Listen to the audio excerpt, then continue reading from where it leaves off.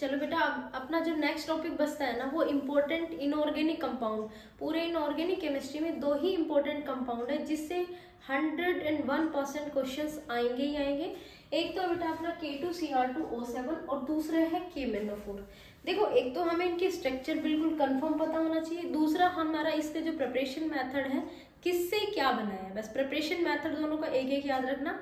दूसरी बात, एसिडिक और बेसिक मीडियम में सिर्फ KMnO4 रिएक्शन देगा, तो एसिडिक और बेसिक मीडियम में किससे क्या प्रोडक्ट बना है, बस उसका ना आप शॉर्ट ट्रिक से जैसे मैंने लिखे हुए वैसे बस याद रखना, ठीक है। उसी के बाद में आप कंप्लीट रिएक्शंस लिख सकते हो।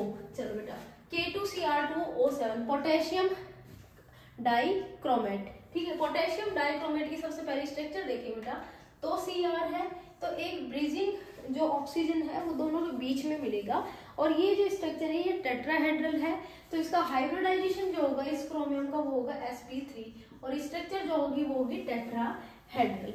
अंडरस्टैंड बेटा?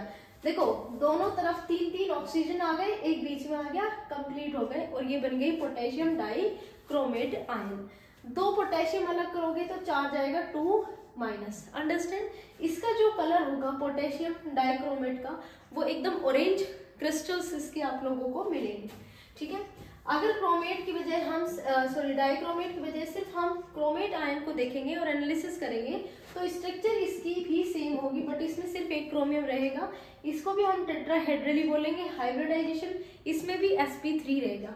इसमें जो ये बॉन्ड है बेटा, ये जो ये बॉन्ड है जिस पर मैं नेगेटिव लगाया है, ये नेगेटिव मैं इस पे भी लगा सकती हूँ। तो Cr और ऑक्सीजन की अगर MCQ मिलता है कि इसमें क्या Cr और O की जो बॉन्ड लेंथ है सेम है, तो यस, सारे जितने भी क्रोमियम और ऑक्सीजन की बॉन्ड लेंथ है वो सेम है। चलो बेटा, इसका जो कलर होगा वो येलो कलर होगा। इसमें इसका कन्वर्जन और इसमें इसका कन्वर्जन हमने बताया है, उसको भी हम आगे पढ़ेंगे। चलो, प्रिपरेशन मेथड आपसे पूछा जा सकता है क्रोमेट से ड्राइक्रोमेट आयन का फॉर्मेशन। तो देखो, सबसे पहले क्या करना है, फेरस क्रोमेट लेना है, फॉर्मूला होता है FeCr2O4, बाइकार्बोनेट के साथ रिफ्लेक्स कराना है एयर की प्रेजेंस में, ठीक है। क्या करना है, फेरोक्रोमेट को सोडियम कार्बोनेट के साथ एयर की प्रेजेंस में रिफ्लेक्स कराना है, तो सोडियम क्रोमेट मिलेगा, ठीक है। उसमें थोड़ा सा सल्फ्यूरिक एसिड ऐड ऑन करोगे तो सोडियम डाइक्रोमेट मिलेगा। क्योंकि हमें पोटेशियम डाइक्रोमेट चाहिए, सोडियम डाइक्रोमेट जो होगा पानी में थोड़ा सोल्यूबल रहेगा, इसके क्रिस्टल्स बहुत अच्छे नहीं बनेंगे, तो सिर्फ हमें सोडियम को रिप्लेस करने के लिए KCl को डालेंगे और सोडियम हट जाएगा, K2 जुड़ जाएगा, तो ये बन गया पोटेशियम डाइक्रोमेट। किससे बना है, फेरोक्रोमेट से। क्या बना है, पोटेशियम डाइक्रोमेट। चाहे क्वेश्चन ऐसे है या फिर प्रिपरेशन मेथड से डायरेक्ट ये रिएक्शन आए, ठीक है बेटा, तो ध्यान रखना कि हमने क्रोमेट से बनाया। अब आता है इंपॉर्टेंट क्वेश्चन बेटा, कि अगर आप किसमें बेटा, इसमें क्रोमेट आयन में थोड़ा सा एसिड डालते हो, क्या डालते हो, एसिड, जैसे सल्फ्यूरिक एसिड। क्रोमेट आयन में अगर आप सल्फ्यूरिक एसिड डालते हो तो डाइक्रोमेट आयन बनता है, और उसका जो कलर है वो ऑरेंज आएगा। ये क्वेश्चन आ सकता है, इसलिए मैं बता रही बेटा, क्रोमेट में अगर एसिड डालोगे तो डाइक्रोमेट का फॉर्मेशन होता है, उसका कलर ऑरेंज होता है। लेकिन अगर आप ऑरेंज कलर का जो आपने क्रिस्टल तैयार किया है जिसको तुम डाइक्रोमेट बोलते हो, अगर उसमें थोड़ा सा बेस ऐड ऑन करोगे तो दोबारा से आपको क्रोमेट आयन मिलेंगे, जिसका अगेन येलो कलर होगा। ये कन्वर्जन ध्यान रखना, येलो से ऑरेंज, ऑरेंज से येलो, येलो से ऑरेंज एसिड, ऑरेंज से येलो बेस, ठीक है। अगर फॉर्मूला या फिर नाम में कंफ्यूजन होता है तो कलर याद रखो, ताकि ध्यान रखिए, क्योंकि इसमें कलर आएगा कि ये से ये मिला, ये से ये मिला, ध्यान रखना।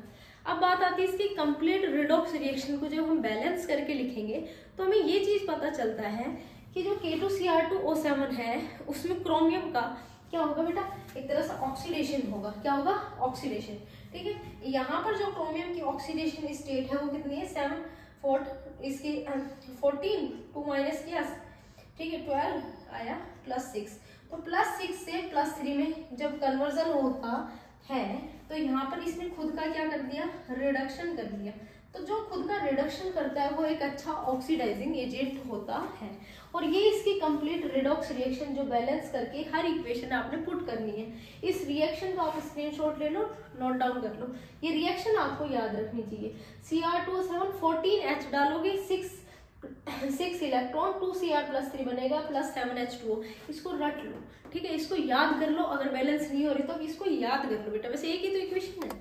चलो, जब एसिडिक मीडियम में केमिकल रिएक्टिविटी की बात करोगे तो 2-3 क्वेश्चन इसमें इंपॉर्टेंट बनते हैं। पहला क्वेश्चन, अगर हम डाइक्रोमेट आयन में एसिड की प्रेजेंस में Ki डालते हैं तो आयोडाइड आयन हमें मिलता है। उससे आपको क्या मिलेगा बेटा, I2। क्या बनेगा बेटा, I2 का फॉर्मेशन होगा। इसकी ऑक्सीडेशन स्टेट बच्चे 0 होती है क्योंकि एलिमेंटल स्टेट में होता है, ठीक है।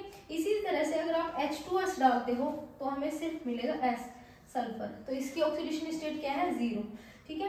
कन्वर्जन ध्यान रखना, Sn+2 जो होगा Sn+4 में कन्वर्ट हो जाएगा, और आयरन जो है जिसको तुम फेरस बोलते हो किसमें कन्वर्ट हो जाएगा, फेरिक आयन में, जिसका Fe+3, यानी कि इसका खुद का तो क्या हुआ है, इसका खुद का तो ऑक्सीडेशन, और क्रोमियम क्या क्या हुआ बच्चे, रिडक्शन हुआ है, ठीक है, ध्यान रखना बेटा। तो ये है एसिडिक मीडियम में रिएक्शन, जिसमें सबसे इंपॉर्टेंट है आयोडीन के साथ, ठीक है, उसके बाद में है आयरन के साथ, और लास्ट वन इज H2S के साथ। 3 रिएक्शन इंपॉर्टेंट है। सब में देखोगे दूसरे जो कंपाउंड हमने डाला हुआ है उसका ऑक्सीडेशन और खुद का रिडक्शन हुआ है, दैट्स इट। ये हो गया K2Cr2O7, जो इंपॉर्टेंट क्वेश्चन थे वो खत्म। अब आते हैं KMnO4। तो KMnO4 की जब स्ट्रक्चर चेकआउट करेंगे तो इसकी भी टेट्राहेड्रल है स्ट्रक्चर, हाइब्रिडाइजेशन इसका भी sp3 है, ठीक है। 3 Mn और ऑक्सीजन के बीच में डबल बॉन्ड है और एक के ऊपर नेगेटिव चार्ज है, ठीक है, नेगेटिव चार्ज है। अब एक क्वेश्चन अराइज होता है यहाँ पर बहुत अच्छा, कि जो परमैग्नेट और डाइक्रोमेट है उसमें जो कलर तुम बोलते हो इसका पर्पल है, इसका ऑरेंज है, ये कौन सी चीज की वजह से आता है? तो ऑप्शन ए जैसे d transition and option B is LMCT। तो ऑप्शन याद रखना, just because of LMCT। LMCT क्या होता है, ligand to metal charge transfer, deep purple colour और ऑरेंज कलर हमें मिलता है। क्या होता है LMCT? जैसे ऑक्सीजन क्या है बेटा, लिगेंड है, तो ये लिगेंड इधर अपने इलेक्ट्रॉन डोनेट कर रहे हैं, ठीक है, तो लिगेंड से मेटल की तरफ चार्ज जाना है तो इसको बोलते हैं लिगेंड से मेटल चार्ज ट्रांसफर, ठीक है।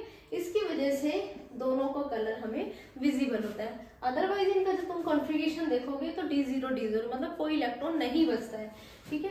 तो इसकी ऑक्सीडेशन स्टेट देखो 1 2 3 4 5 6 7, इसकी ऑक्सीडेशन स्टेट है 7, और मैग्नीज +7 का D0 कॉन्फ़िगरेशन होता है, दैट्स इट। चलो, अब इसका फॉर्मेशन यानी कि प्रिपरेशन मेथड में याद रखना, पायरोलेसाइड से बनता है। वो किससे बनता है, क्रोमेट से, और पायरोलेसाइड से क्या बनता है, परमैग्नेट। चलो, पायरोलेसाइड क्या होता है, MnO2।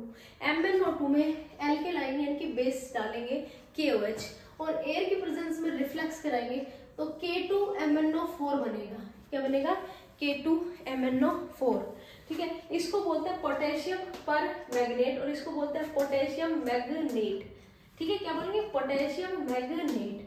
अब इसको आप 2 तरीके से बना सकते हैं। पोटेशियम मैग्नेट से परमैग्नेट बनाने के लिए थोड़ा सा अगर आप एसिड डालोगे तो MnO2 अलग हो जाएगा और KMnO4 पोटेशियम परमैग्नेट अलग हो जाएगा, और डीप पर्पल कलर का एकदम क्रिस्टल्स आपको मिलेंगे। दूसरा तरीका है Cl2 के साथ रिफ्लेक्स करा दो, डायरेक्ट आपको सिर्फ KMnO4 मिलेगा। क्या मिलेगा, क्या मिलेगा, KMnO4 मिलेगा, ठीक है बेटा, ध्यान रखना इस बात को। ये हो गया प्रिपरेशन मेथड ऑफ पोटेशियम परमैग्नेट। आगे बढ़ो, ऑक्सीडाइजिंग नेचर या ऑक्सीडाइजिंग एक्शन ऑफ परमैग्नेट।